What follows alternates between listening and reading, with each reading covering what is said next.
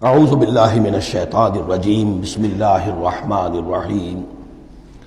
4 آیتیں ہیں اب۔ بنی اسرائیل نے کیا کیا اللہ کے جلیل قدر پیغمبروں کے ساتھ؟ وَإِذْ قَالَ مُوسَىٰ لِقَوْمِهِ يَا قَوْمِ لِمَ تُؤْذُونَنِي وَقَدْ تَعْلَمُونَ أَنِّي رَسُولُ اللَّهِ إِلَيْكُمْ۔ یاد کرو جب کہ کہا موسیٰ نے اپنی قوم سے، اے میری قوم کے لوگوں کیوں مجھے ایذا دے رہے ہو، کوفت پہنچا رہے ہو، تکلیف دے رہے ہو؟ وَقَدْ تَعْلَمُونَ أَنِّي رَسُولُ اللَّهِ إِلَيْكُمْ، جبکہ تم جانتے ہو میں اللہ کا رسول ہوں۔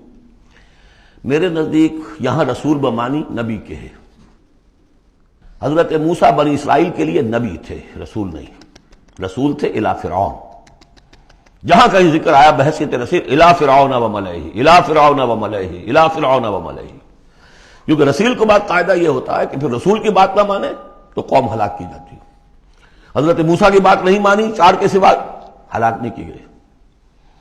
تو حضرت موسیٰ کی حیثیت بنی اسرائیل کے لیے نبی کی ہے، لیکن آل فرعون کے لیے وہ رسول تھے۔ مانو مجھے اور میرے ساتھ واپس کرو ان کو، بنی اسرائیل کو۔ وَقَدْ تَعْلَمُونَ أَنِّي رَسُولُ اللَّهِ إِلَيْكُمْ، جانتے ہو میں اللہ کا نبی ہوں۔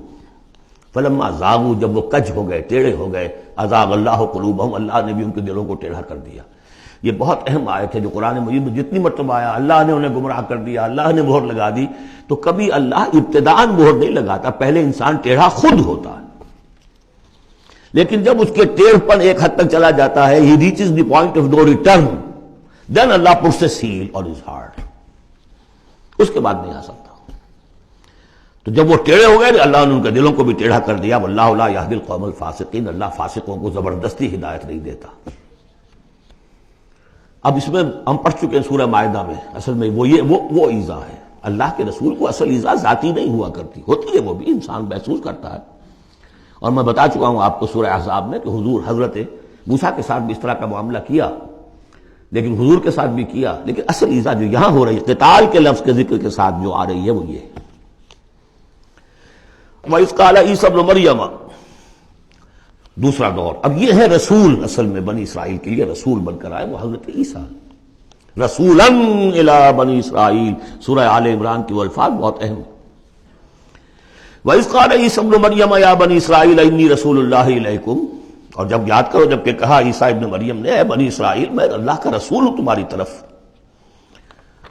مصدقا لما بین یدی من التوراۃ، اور میں تصدیق کرتے ہوئے آیا ہوں اس کی جو میرے سامنے ہے تورات میں سے، ومبشرا برسول، اور بشارت دیتے آیا ہوں ایک رسول کی، یاتی من بعدی، جو میرے بعد آئیں گے، اسمہ احمد، جن کا نامی احمد ہے، صلی اللہ علیہ وسلم، احمد مجتبی۔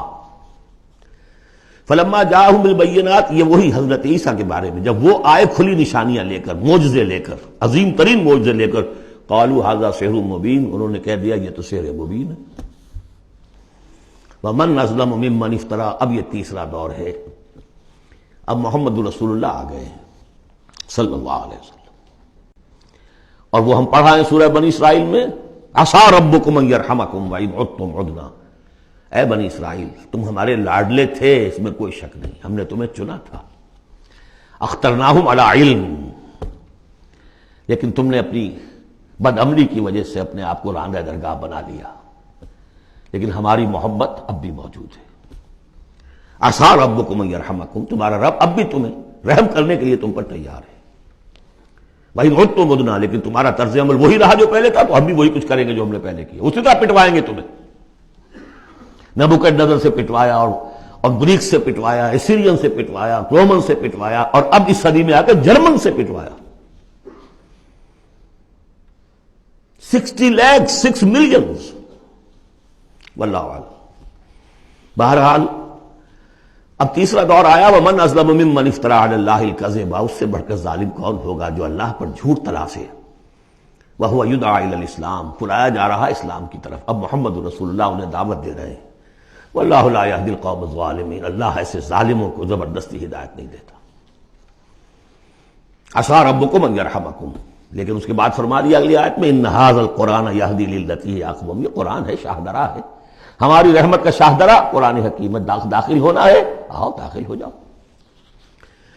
اب حضور کے ساتھ جو کچھ کر رہے تھے اس کا کلائمیکس یہ تیسری آیت ہے، یریدون لیطفئوا نور اللہ بافواہہم، وہ تلے ہوئے ہیں کہ اللہ کے نور کو اپنی منہ کی پھونکوں سے بجھا کر رہے ہیں۔ یہ خاص یہود کے بارے میں ہے یہ آیت، اچھی طرح سمجھ لیجئے، اور اس کا کلائمیکس اب آ رہا ہے، اب آ رہا ہے۔ The final showdown is going to come now and not very far off, very soon. Armageddon اسے کہہ لیں۔ یہود پوری طریقے سے پوری عیسائی دنیا کو اپنے تسلط میں لا چکے ہیں، اور جو کچھ ہونے والا ہے الملحمۃ العظمیٰ جسے حضور نے قرار دیا ہے، عظیم ترین جنگ، اور آرمگڈون یہ ان کی کرسچین جو ان کی ہے اصطلاحات ان میں وہ آرمگڈون ہے۔ بہرحال وہ تو ابھی آئے گا، ابھی تک تو ہم پڑھ رہے ہیں جو اس وقت ہو رہا تھا۔ ان میں جرت نہیں تھی، وہ سامنے آ کر مقابلہ نہیں کرتے تھے، وہ ہم پڑھ چکے ہیں سورہ حشر میں، کبھی بھی سامنے آ کر مقابلہ نہیں کریں گے، منہ کی پھوکوں سے بجھاتے ہیں دور دور سے۔ یہ استعارہ ہے کہ سامنے آ کے مقابلہ نہیں کرتے، سازشیں کرتے ہیں۔ منہ سے تو آدمی بات ہی کرتا ہے نا، سازشیں کر کے اس کو ابھارو، اس کو لے آؤ، اس سے حملہ کروا دو، قریش کو لے آؤ، فلاں کو لے آؤ، ان میں دم نہیں ہے۔ اسی کو کہا ہے مولانا ظفر علی خان نے، نور خدا ہے کفر کی حرکت پہ خندہ زن، پھوکوں سے یہ چراغ بجھایا نہ جائے گا۔ یریدون لیطفئوا نور اللہ بافواہہم واللہ متم نورہ ولو کرہ الکافرون۔ اللہ اپنے نور کا اتمام فرما کر رہے گا، خواہ یہ کافروں کو کتنا ہی ناگوار ہو۔ یہ جو ہے آیت آئی ہے اس سے پہلے سورہ توبہ میں، یریدون ان یطفئوا نور اللہ بافواہہم ویابی اللہ الا ان یتم نورہ ولو کرہ الکافرون، اتنا سا فرق ہے، باقی آیت جو کی تو ہے۔ صدق اللہ العظیم۔